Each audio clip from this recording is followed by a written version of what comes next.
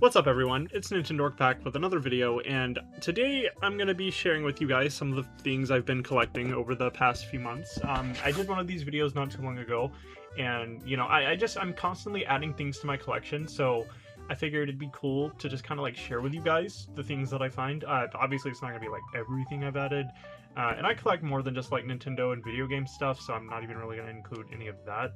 But these are like the highlights of what I've been adding to my collection, and I think you guys will find it cool. So if you want to watch the previous video where I do this, I'll probably have a card pop up right about now. But otherwise, let's get into it. Now, the first thing on my list is actually something that I bought myself for my birthday not so long ago, and that is the Resident Evil Requiem Nintendo Switch 2 Pro Controller. And as you can see, I have the umbrella thumb grips on here. Now, for those of you that don't know, I'm a pretty big Resident Evil fan, and I started playing the games a couple years ago.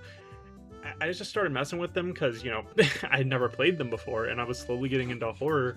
But yeah, I just kind of fell in love with the series, and I had to have this controller. I didn't get it at launch, but I knew I wanted it eventually, and I was like, you know, that could be a pretty good birthday gift to myself, because it was $100, but I am really happy with it. This is also my first Switch 2 Pro controller, and I'm still a little torn going from, I have it right here, going from the you know, Switch Pro controller to this one, but I've found that I actually really do like it. And then the paddles on it, the GL and GR buttons, they feel really good. They're kind of like in the controller instead of just like buttons that really poke out. So yeah, really solid controller.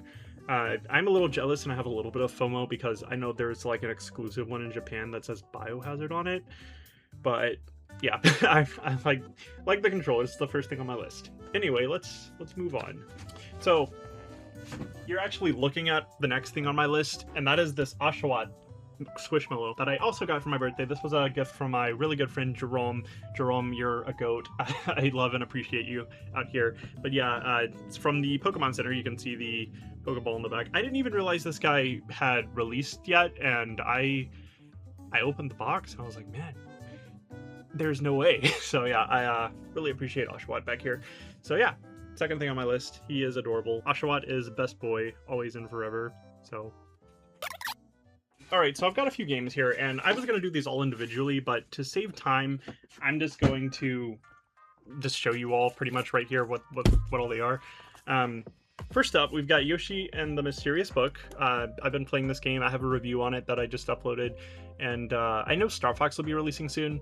I almost waited to make this video until after the fact, which I'm pretty sure I'll upload this video after Star Fox releases, but whatever. So yeah, there's that. I also have Prince of Persia. This was gifted to me by a friend, and I've heard really good things about this game, and I'm so hyped to get to jump into it.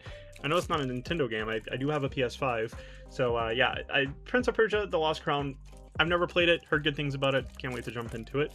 I've also got Pragmata here. I am currently working on my Lunatic run. That's the only thing I haven't done. I've gotten every other achievement, and this is a really good game as well. I almost got it on Switch 2, but yeah, I don't know. When I have a PS5 and I can get games on PS5, I'm probably going to. However, Resident Evil Requiem is a game that I did get on PS5. But I did double dip because I wanted the Generation Pack with 7, 8, and 9, and no regrets, to be honest. Like genuinely, I've spent a lot of money on this game, but I have played through Requiem. I think I'm on my 5th playthrough. I got the platinum on the PS5 and did everything in game that I could, and now I'm currently doing that in the Switch version. And it's been a lot of fun. Like, frankly, it's been so much fun. So I'm looking to finish that soon. I might jump in whenever the Amiibo release in July next month. So yeah, Resident Evil pickups. Get ready for that nostalgia because it's a Wii U game. Adventure Time, Explore the Dungeon, because I don't know. I was in a local game store and found this copy. It's a game I'd been like wanting to get at some point, but I just never really could find the time. And I found it. So yeah, it was like maybe $13 or so. So I picked it up. I've yet to play it, but I know this game is going to be a fun time whenever I do eventually get around to it. But other than that, the only other game I've added recently is actually a set of 3. This is a series of games that I've been really hesitant to get into for the longest time because it just seems really overwhelming, but I finally got around to it because I'm supposed to be playing through it with a friend of mine, and that game, brace yourself, is Xenoblade Chronicles.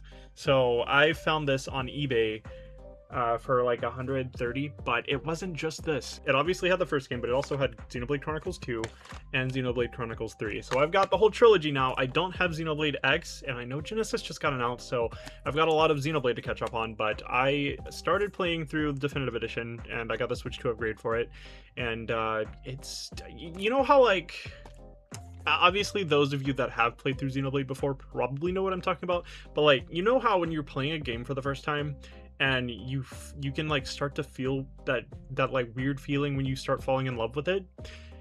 I felt that whenever, like, within the first maybe 30 to 45 minutes of playing, and this game is it's eventually gonna take over my mind. I can feel it. So yeah, I have no idea where this game is gonna take me, but I do know that I felt that feeling, and this game seems like it's gonna like stick with me for a while. So yeah, that's the last game that I've added. I have opened this already. This doesn't really have much in it. It's like, it was literally just the game, and there was like a, what is it? It's a art book. That's what it looks like. So yeah, it's not anything super special. Let's see if I can open it up here. I'm not going to open it right now because it's actually still sealed, believe it or not. But yeah, really cool book that it came with. So I'm hyped to eventually look at this maybe one day. So I'm going to put that right back in here for now. This next item isn't really, we're kind of getting close to the end of the list here. This next item isn't anything too crazy.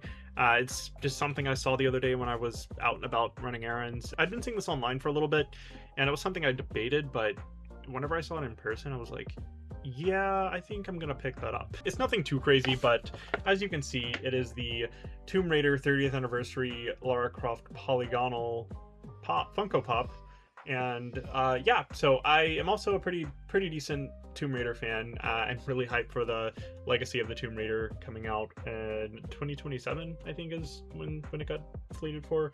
But yeah, I just picked up the remastered trilogy not long ago, and I don't know, I vibe with some Tomb Raider, and I haven't really gotten a chance to play this yet. I know I got a Switch 2 upgrade, so that'll be fun to mess with at some point. But yeah, I kind of splurged a little bit and picked this up because I low-key could see this becoming like a rare and hard to find pop at some point in the future.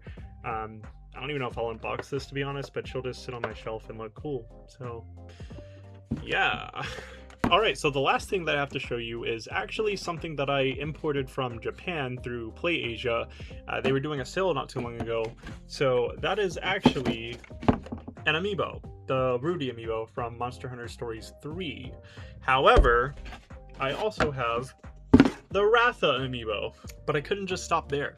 So I also got the other Ratha amiibo, and that concludes the Monster Hunter Stories 3 line for me. I didn't get these at launch because they were just kind of hard to get, kind of hard to find. I think the Nintendo store had them, but these were like $30 a piece, and I've been trying to stay on top of the Switch 2 amiibo, but man, Nintendo just doesn't stop. There are so many. Why are there so many? I guess I don't really need this box anymore. So yeah, these guys, I'm gonna be honest, I've never played a Monster Hunter game in my life. I do actually have access to Monster Hunter Stories 1 and 2 on my Switch, but I am currently playing through Ni no Kuni, and I'm about to start Xenoblade, so they might be getting bent. I had every intention, I swear, I had every intention to start them this past spring, but there have just been so many games to play. Like genuinely, for those that are saying there are no games to play, what are you on? I can hardly keep up. So yeah, now I'm not going to be unboxing these guys, as this is not an unboxing video, but I'll probably have some b-roll after the video that I'll shoot when I do unbox them. I really like the detail on these guys. They are pretty high quality, but I mean, that's pretty much to be expected from Capcom at this point. But yeah, these amiibo are really detailed and really high quality. I am beyond eager to eventually get into the Monster Hunter Stories games. I've heard nothing but good things about them, and yeah, eventually I'll get Monster Hunter Stories 3 and have a reason to have these amiibo. But yeah, no complaints. I really like the way these look, and they're just genuinely really cool amiibo. Like, let me give you guys like a closer look here just in case. they're just really cool amiibo, if I'm being honest, and that's like the main reason I wanted to get them. So other than that, I do have one other amiibo that I bought recently because I'm trying to go for a full set, and that also means I need to get a full Smash Bros set. So I was able to secure a Mii Brawler. This is one of the harder to find amiibo, if I'm being honest. Usually I see this guy go for like $40 to $50 online, and I snagged him for like 25 on eBay one day. So I'm happy. I now have all the Mii Smash Bros amiibo, so I'm really happy about that. I'm only missing like, I think maybe 7 Smash amiibo at this point, so I'm getting close to the end. I'm almost having my full set. I even had the really expensive golden Mega Man amiibo, so all the hard ones are pretty much out of the way. I think the next hardest one to get will probably be like 10. I don't know. I'm like down to the wire. Anyway, enough of me rambling on about amiibo. But yeah, that is gonna do it for today's video. Let me know what your favorite pickup of mine was. I don't know. I like sharing the cool things that I find with you guys, and I figure why not make some content out of it. So yeah, hopefully you guys enjoy it, and yeah. But yeah, other than that, I hope you guys enjoyed watching this video. Let me know in the comments what you think of all the pickups that I got. What was your favorite, and have you been adding to your collection recently? Because I would really love to know. So with all of that said, stay awesome and have a blessed day. Goodbye.